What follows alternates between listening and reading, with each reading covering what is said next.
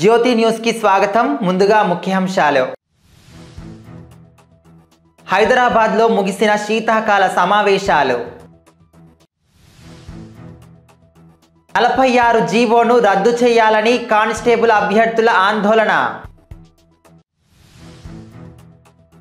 వైకుంఠ ఏకాదశి సందర్భంగా ఆలయాలకు పోటెత్తిన భక్తులు. ఎమ్మెల్యేల కొనుగోలు కేసులో దర్యాప్తులు. మహిళా ప్రయాణికులకు విజ్ఞప్తి చేసిన సజ్జనార్. బారాస శ్వేతపత్రం విడుదల వాయిదా. చంద్రబాబుతో ప్రశాంత్ కిషోర్ భేటీ. తిరుమలలో తెరుచుకున్న వైకుంఠ ద్వారాలు. వైకాపాకి చివరి రోజులు దగ్గర పడ్డాయంటున్న నారా లోకేష్. సీఎం జగన్ కడప పర్యటన, ప్రయాణికులకు ఇక్కట్లు. ఇక వివరాల్లోకి వెళ్తే హైదరాబాద్లో ముగిసిన శీతాకాల సమావేశాలు. హైదరాబాద్లో భారత రాష్ట్రపతి ద్రౌపది ముర్ము శీతాకాల విడిది ముగిసింది. ఈ రోజు ఆమె హకీంపేట వైమానిక కేంద్రం నుంచి బయలుదేరి ఢిల్లీ వెళ్లారు. రాష్ట్రపతికి గవర్నర్ తమిళిసై సౌందరరాజన్, సీఎం రేవంత్ రెడ్డి, మంత్రులు సీతక్క, దుద్దిల్ల శ్రీధర్ బాబు, కోమటిరెడ్డి వెంకటరెడ్డి, పొంగులేటి శ్రీనివాస్ రెడ్డి వీడ్కోలు పలికారు. అంతకు ముందు ఆనవాయితీలో భాగంగా బొల్లారంలోని తన నివాసంలో రాష్ట్రపతి శుక్రవారం తేనెటి విందును ఏర్పాటు చేశారు. ఈ కార్యక్రమానికి గవర్నర్, సీఎంలతో పాటు హైకోర్టు ప్రధాన న్యాయమూర్తి జస్టిస్ అలోక్ ఆరాధే, సభాపతి గడ్డం ప్రసాద్ కుమార్, శాసనమండలి చైర్మన్ గుత్తా సుఖేందర్ రెడ్డి, ఇతర ప్రముఖులు పాల్గొన్నారు. గత ప్రభుత్వం చేసిన తప్పిదాన్ని కాంగ్రెస్ ప్రభుత్వం తక్షణమే పరిష్కరించి తమకు న్యాయం చేయాలని కానిస్టేబుల్ అభ్యర్థులు ఆందోళన చేపట్టారు. జీవో నంబర్ 46 కారణంగా తాము నష్టపోయామంటూ పలువురు కానిస్టేబుల్ అభ్యర్థులు హైదరాబాద్లోని ఇందిరా పార్క్ ధర్నా చౌక్ వద్ద ఈరోజు నిరసన దీక్ష చేశారు. జీవో నంబర్ 46పై గత ప్రభుత్వంలోని హోంమంత్రికి అవగాహన లేకపోవడం, బోర్డు చైర్మన్ శ్రీనివాసరావు చేసిన తప్పిదం వల్ల అనేక మంది అభ్యర్థులు నష్టపోయారని ఆవేదన వ్యక్తం చేశారు. రాష్ట్ర ప్రభుత్వం తక్షణమే ఆ జీవోను రద్దు చేసి న్యాయం చేయాలని కోరారు. వైకుంఠ ఏకాదశి పర్వదినం సందర్భంగా తెలుగు రాష్ట్రాల్లోని వైష్ణవ ఆలయాలు భక్తులతో కిటకిటలాడుతున్నాయి. ధనుర్మాసం శుక్లపక్షంలో వచ్చే ఏకాదశి 3 కోట్ల మంది దేవతలు భూలోకానికి వచ్చి ఈ రోజున శ్రీ మహావిష్ణువును పూజిస్తారని పురాణాలు చెబుతున్నాయి. ఈ రోజున ఆలయాల్లో ఉత్తర ద్వారం గుండా విష్ణుమూర్తిని దర్శిస్తే సమస్త పుణ్య పరంపరలు చేకూరుతాయని భక్తుల విశ్వాసం. అందుకే తెల్లవారుజాము నుంచే స్వామివారి దర్శనార్థం ఆలయాల వద్ద భక్తులు బారులు తీరారు. తిరుమలలో శుక్రవారం అర్ధరాత్రి శ్రీవారి వైకుంఠ ద్వారాలు తెరుచుకున్నాయి. ఎమ్మెల్యేల కొనుగోలుకు సంబంధించిన కేసులో దర్యాప్తు కొనసాగుతోందని సైబరాబాద్ సిపి అవినాష్ మహంతి వెల్లడించారు. త్వరలో ఈ కేసుపై వివరాలు అందిస్తామని ఆయన స్పష్టం చేశారు. అలాగే మాజీ మంత్రి శ్రీనివాస్ గౌడ్పై హత్యాయత్నం కేసు దర్యాప్తు జరుగుతోందని చెప్పారు. సైబరాబాద్ వార్షిక నేర నివేదికను సిపి శనివారం విడుదల చేశారు.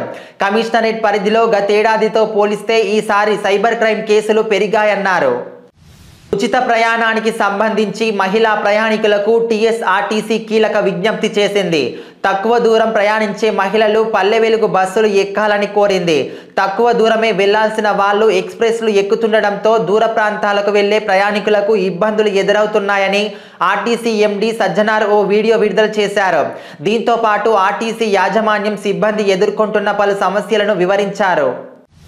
బారాస 9.5 ఏళ్ల పాలనపై శ్వేతపత్రం విడుదల కార్యక్రమం ఆదివారానికి వాయిదా పడింది. శ్వేతపత్రం పేరిట పవర్ పాయింట్ ప్రజెంటేషన్ను బారాస ఇవ్వనుంది. ముందుగా నిర్ణయించిన ప్రకారం ఇవాళే ఈ కార్యక్రమం జరగాల్సి ఉండగా పలు కారణాల రీత్యా రేపటికి వాయిదా వేసినట్లు పార్టీ వర్గాలు తెలిపాయి. తెదేపా అధినేత చంద్రబాబుతో ఎన్నికల వ్యూహకర్త ప్రశాంత్ కిషోర్ భేటీ కావడం రాజకీయ వర్గాల్లో చర్చనీయాంశంగా మారింది. గత ఎన్నికల్లో ప్రశాంత్ కిషోర్ వైకాపా తరపున ప్రధాన పాత్ర పోషించిన విషయం తెలిసిందే. ఈ రోజు మధ్యాహ్నం గన్నవరం విమానాశ్రయంలో నారా లోకేష్ తో కలిసి ప్రశాంత్ కిషోర్ కనిపించారు. అనంతరం వీరిద్దరూ ఒకే వాహనంలో ఉండవల్లిలోని చంద్రబాబు నివాసానికి బయలుదేరి వెళ్లారు. ప్రశాంత్ కిషోర్ తో పాటు షో టైమ్ కన్సల్టెన్సీ పేరిట తెదేపాకు రాజకీయ వ్యూహకర్తగా ఉన్న రాబిన్ శర్మ టీం సభ్యులు సైతం చంద్రబాబుతో సమావేశమయ్యారు. తిరుమలలో శుక్రవారం అర్ధరాత్రి శ్రీవారి వైకుంఠ ద్వారాలు తెరుచుకున్నాయి. ధనుర్మాసం నేపథ్యంలో ముందుగా తిరుప్పావై ప్రవచనాలు వినిపించడంతో పాటు శ్రీవారికి ఇతర కైంకర్యాలు పూర్తి చేశారు. తొలుత ప్రముఖులకు, అనంతరం సామాన్యులకు దర్శన భాగ్యం కల్పించేలా తిథిదే ఏర్పాట్లు చేసింది. జనవరి 1న అర్ధరాత్రి 12 గంటల వరకు వైకుంఠ ద్వారాలు తెరిచి ఉంటాయన్నారు. టోకెన్లు ఉన్న భక్తులకు మాత్రమే వైకుంఠ ద్వార దర్శనం కల్పించనున్నారు. తిరుపతిలోని నిర్ణీత కేంద్రాల వద్ద వైకుంఠ ద్వార దర్శన టోకెన్ల జారీ సమయంలో పోలీసులు అత్యుత్సాహం ప్రదర్శించారు. బయట క్యూ లైన్లను నిర్వహించేందుకు బదులు స్వయంగా టోకెన్లు తీసుకునేందుకు ఆసక్తి చూపారు. దీంతో అప్పటికే గంటల కొద్దీ వేచి ఉన్న భక్తులు ఇబ్బంది పడ్డారు. రామచంద్ర పుష్కరిణి వద్ద ట్రాఫిక్ డీఎస్పీ నర్సప్ప భక్తులను నెట్టేశారు. ఆయన తీరును భక్తులు నిరసించారు. ఎన్ఆర్ఐ తెదేపా కార్యకర్త యశస్వి బొద్దులూరి అరెస్టును తెదేపా నేతలు ఖండించారు. అరెస్టుకు నిరసనగా గుంటూరు సిఐడి కార్యాలయం వద్ద ఆందోళనకు దిగారు. ప్రభుత్వానికి వ్యతిరేకంగా నినాదాలు చేశారు. ఉగ్రవాదిని హింసించినట్లు యష్తో సిఐడి వ్యవహరించడం దుర్మార్గమని తెదేపా జాతీయ ప్రధాన కార్యదర్శి నారా లోకేష్ విమర్శించారు. యష్ అరెస్టును ఖండిస్తున్నా ప్రశ్నించే గొంతులను నిర్బంధాల ద్వారా అణచివేయాలని వైకాపా ప్రభుత్వం అనుకుంటోంది. న్యాయం జరిగే వరకు విశ్రమించబోము. వైకాపాకి చివరి రోజులు దగ్గర పడ్డాయని నారా లోకేష్ మండిపడ్డారు. ఏపీ ముఖ్యమంత్రి జగన్ పర్యటన సందర్భంగా కడప నగరాన్ని పోలీసులు అష్టదిగ్బంధం చేశారు. ఉదయం నుంచే కడపలోకి బస్సులు రాకుండా ఆర్టీసీ యాజమాన్యం దారి మళ్లించింది. శివారు ప్రాంతాల్లోనే బస్సులు నిలిపేలా ఏర్పాట్లు చేసింది.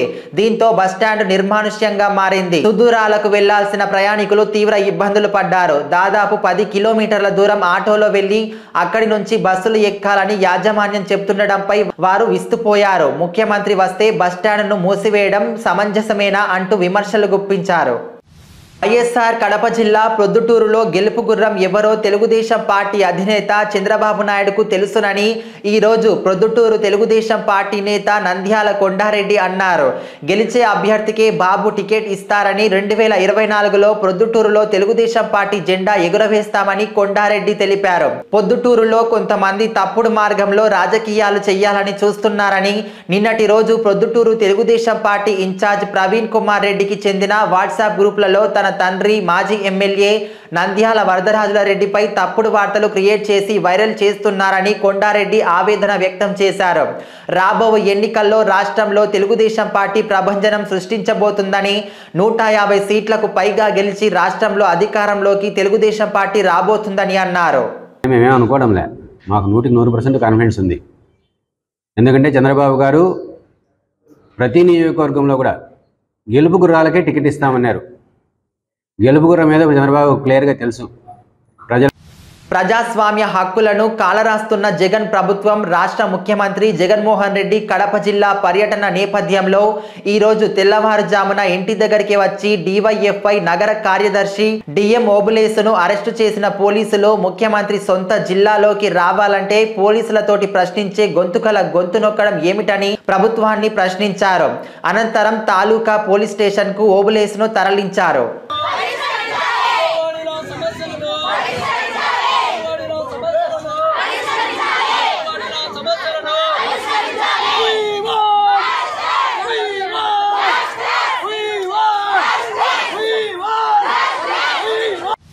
వైఎస్ఆర్ కడప జిల్లా బుద్వేల్ నియోజకవర్గం గోపవరం మండల పరిధిలోని సెంచరీ ప్లైవుడ్ ఇండస్ట్రీస్ పరిశ్రమను ఈ రోజు ప్రారంభించడానికి విచ్చేసిన ముఖ్యమంత్రి వైఎస్ జగన్మోహన్ రెడ్డికి ఘన స్వాగతం పలికిన సెంచరీ ప్యానెల్ అధినేత Sajjan Bhajanka, MLC DC Govindareddy, MLA doctor Sudha, స్థానిక నాయకులు, అధికారులు అనంతరం ముఖ్యమంత్రి వైఎస్ జగన్మోహన్ రెడ్డి చేతుల మీదుగా సెంచరీ ప్లైవుడ్ ఇండస్ట్రీస్ ని ప్రారంభించారు.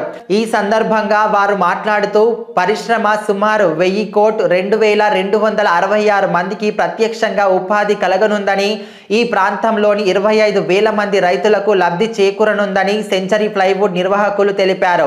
80,000 ఎకరాలలో జామాయిల్ చెట్లు పెంపకానికి ప్రోత్సాహం అందిస్తామని పేర్కొన్నారు. ఈ కార్యక్రమంలో వైసీపీ నాయకులు, కార్యకర్తలు, ప్రజలు పాల్గొన్నారు. సాయినాథ్ శర్మను రైతులను హౌస్ అరెస్ట్ చేసిన పోలీసులు రైతులను ముఖ్యమంత్రితో కల్పించకపోతే 25న ఉదయం ఇడుపులపాయను ముట్టడి చేస్తామని హెచ్చరించిన సాయినాథ్ శర్మ వైఎస్ఆర్ కడప జిల్లా కమలాపురం నియోజకవర్గాన్ని కరువు ప్రాంతంగా ప్రకటించాలని కోరుతూ జిల్లాకు విచ్చేసిన రాష్ట్ర ముఖ్యమంత్రి జగన్మోహన్ రెడ్డికి రైతుల విజ్ఞప్తిని తీసుకెళ్లడానికి రైతులతో కలిసి వెళుతున్న కమలాపురం నియోజకవర్గం నాయకుడు తెలుగునాడు ప్రజాసేవ సమితి రాష్ట్ర అధ్యక్షుడు తెలుగుదేశం పార్టీ రాష్ట్ర మాజీ కార్యదర్శి కాశీభట్ల సత్య సాయినాథ్ శర్మను కమలాపురం పోలీసులు ఈరోజు ఉదయం అడ్డుకొని హౌస్ అరెస్ట్ చేశారు. కడపకు ఈరోజు మధ్యాహ్నం విచ్చేసిన ముఖ్యమంత్రి దృష్టికి కమలాపురం నియోజకవర్గ కరువు పరిస్థితులు తీసుకెళ్లడానికి సాయినాథ్ శర్మ ఆధ్వర్యంలో రైతులు భారీ ఎత్తున కమలాపురం మండలం రామాపురం నుంచి బయలుదేరారు. అయితే శాంతి భద్రతల సమస్య వస్తుందని భావించిన పోలీసులు ముందస్తు చర్యలతో భాగంగా ఈరోజు ఉదయం కమలాపురం సబ్ ఇన్స్పెక్టర్ ఋషి కేశవరెడ్డి ఆధ్వర్యంలో భారీ సంఖ్యలో పోలీసులు సాయినాథ్ శర్మ ఉన్న రామాపురంకు చేరుకొని రైతులను అడ్డుకొని ముఖ్యమంత్రి వద్దకు నిరసనకు వెళ్లకుండా సాయినాథ్ శర్మను రైతులను అడ్డుకున్నారు. ఈ కార్యక్రమంలో నియోజకవర్గంలోని భారీ సంఖ్యలో రైతు కూలీలు పాల్గొన్నారు.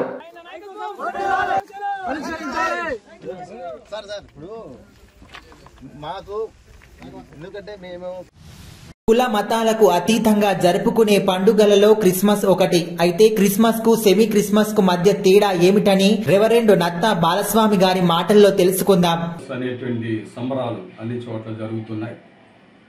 సెమీ క్రిస్మస్ అనేటువంటి ఈ యొక్క మాటకు అర్థం యేసుక్రీస్తు ప్రభు వారు ఆరాధించేటువంటి పద్ధతులు 24 డిసెంబర్ 25 తారీఖులు పండగ అడావుల్లో ఉంటున్నారు కనుక 1వ తారీఖు నుండి అనగా డిసెంబర్ 1వ తారీఖు నుంచి 31వ తారీఖు. పశ్చిమ గోదావరి జిల్లా భీమవరంలో సినీ నటి అనసూయ సందడి చేసింది. గౌరీ సిల్క్స్ కంచిపట్టు చీరల షోరూమ్ ను ప్రారంభించడానికి ఆమె భీమవరం విచ్చేశారు. రంగమ్మత్తను చూడడానికి జోలపాలెం రోడ్డులో పెద్ద ఎత్తున అభిమానులతో నిండిపోయింది. భీమవరం జేపీ రోడ్డులో కాంచీపురం గౌరీ సిల్క్స్ కంచిపట్టు చీరల షోరూమ్ ను సినీ నటి అనసూయ భరద్వాజ్ శాసన మండలి చైర్మన్ కొయ్యే మోషేన్ రాజు చేతుల మీదుగా ఈ రోజు ప్రారంభించారు.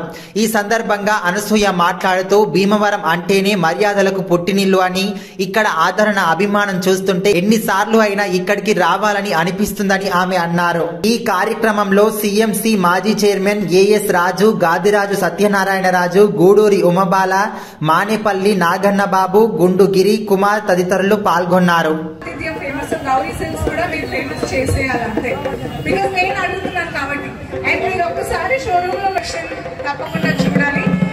ఎందుకంటే దానికి ఒక చీరకి 2 బ్లౌజెస్ వేరు చాలా బాగున్నాయి. మీరు వచ్చి చూడాలి. చాలా మంచి తక్కువ ప్రైజెస్ 1500-1600 లోపలే మంచి కాటన్ చీరలు అండ్ మంగళగిరి పట్టు చీరలు కూడా చాలా బాగున్నాయి.